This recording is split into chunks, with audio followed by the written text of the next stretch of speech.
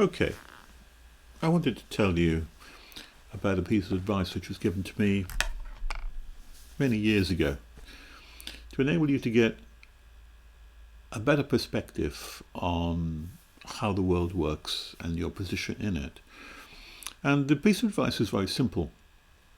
Someone said to me one time that what you shouldn't do when you're looking at a problem, when you're looking at an issue, don't ask yourself, how does that affect me here and now? Because that's a very narrow compass. What you should ask yourself instead is, how does that affect people, not just here with me, here and now, but how does it affect the situation in different parts of the world, different places, not just in my country or in my location or in my town? How would that apply in other worlds? What would they think of the solution? What would they think of this particular problem or those kind of issues? So that you get a global picture that way.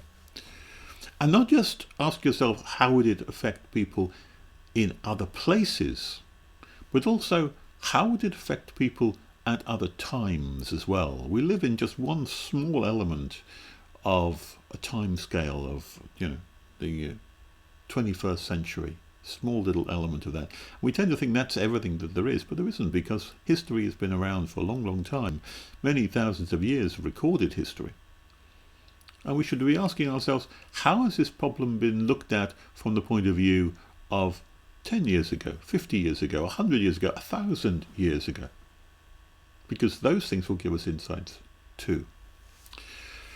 Now, when you look at the age that we live in, there has never ever been an age when there has been so much information which is sort of bombarding into us in this way. It comes from many different sources. We have, almost gigabytes of information bombarding us on a daily basis. Not just from phones, but there's media, there's TV, there's written books, there's magazines. Information has never been so massively available to us. Google, of course, becoming the master of our access to all the information which is available on the face of the world, and their plan is to catalogue everything that you can get hold of. Never has information been so available. But this is an interesting question to ask yourself, is what kind of information are we taking in these days? And I wanted to just analyze it from the point of view of time and the age of the information that we're looking at.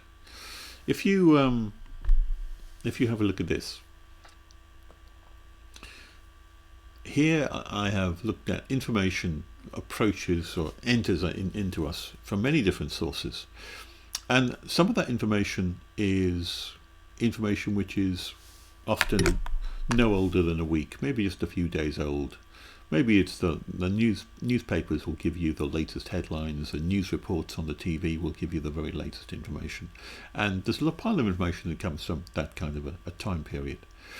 There's also information from, which is a bit older than that, information which may be 20 years old, 30 years old, 40 years old, which is basically previous generations' information you might get from mum and dad, from grandparents, that kind of information, things which they've learnt and which they can then pass on to other generations. There's a pile of information from that source too. And also there's information which has been laid down for hundreds of years, things like the Bible and Shakespeare and poetry of Milton or Dante, or the Roman writings of the philosophers and Plato and Socrates and other things too. So there's a whole range of information which comes from many different time periods. And if you ask yourself the question, how much of each do we get coming into our own minds? I think the answers is quite interesting and helpful to us to understand and situate ourselves better.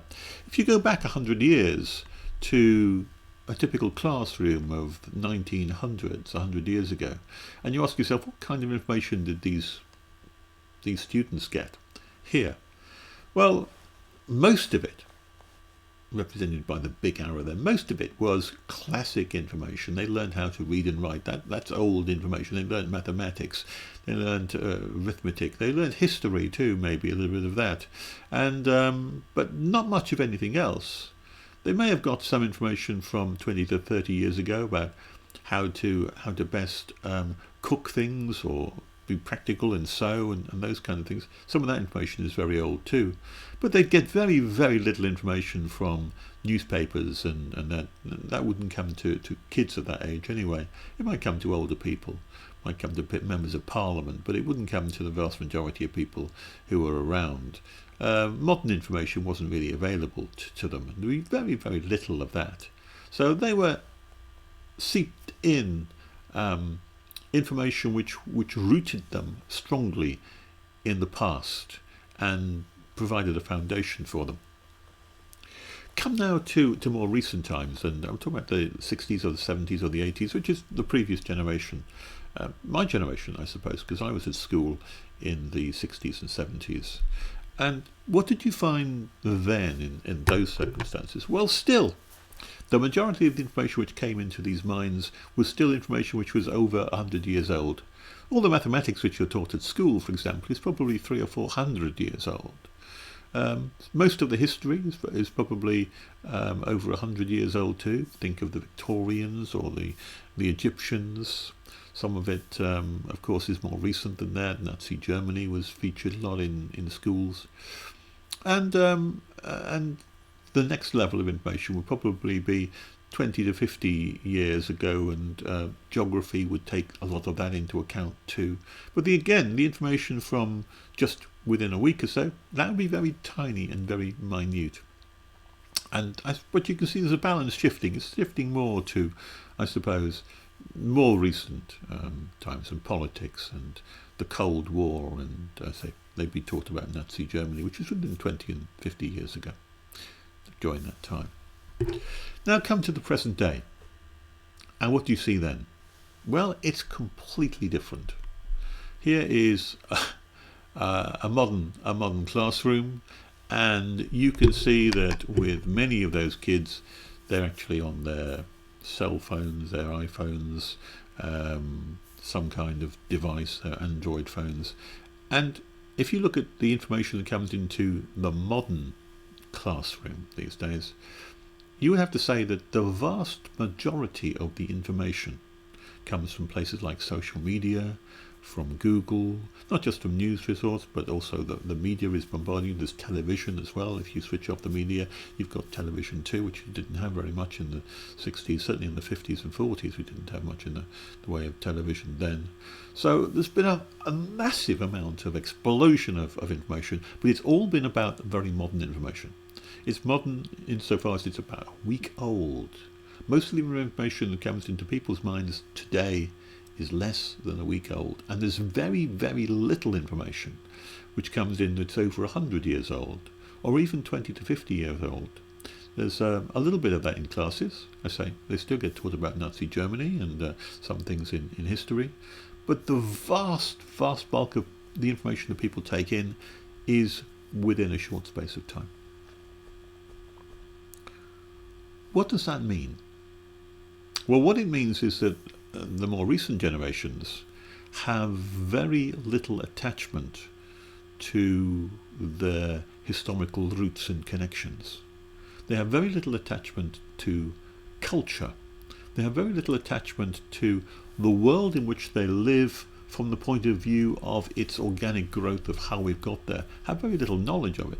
I was interested to hear quite a recent television interview of a young lady who was asked about statues which are being pulled down quite recently, and one was about Winston Churchill, who was the Prime Minister of this country during the war years, 1940s, and she was asked what she thought about the slogans which were sprayed on his statue and things.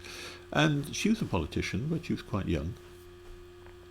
And she said, well, some people say he was a good guy, some people say he was a bad guy. But I've never met him, so I don't really have much of a view on him. And that's quite a stunning thing to say. I've never met him when he died in 1963, I think it was, or 62. Couldn't possibly, no one's ever met him. But the fact that you've lost contact with the historical structures of where you are leaves you in a position whereby it's quite easy to overthrow pretty well everything, including statues and everything else, because there is that lack of rooting in a culture and in a society of which has given birth to you and produced you and brought you forth and set forth with all the ideas which you have. So that's an interesting idea. If you wish to have a wider view of things and a more consolidated view of the world in which you live in, it comes down to this.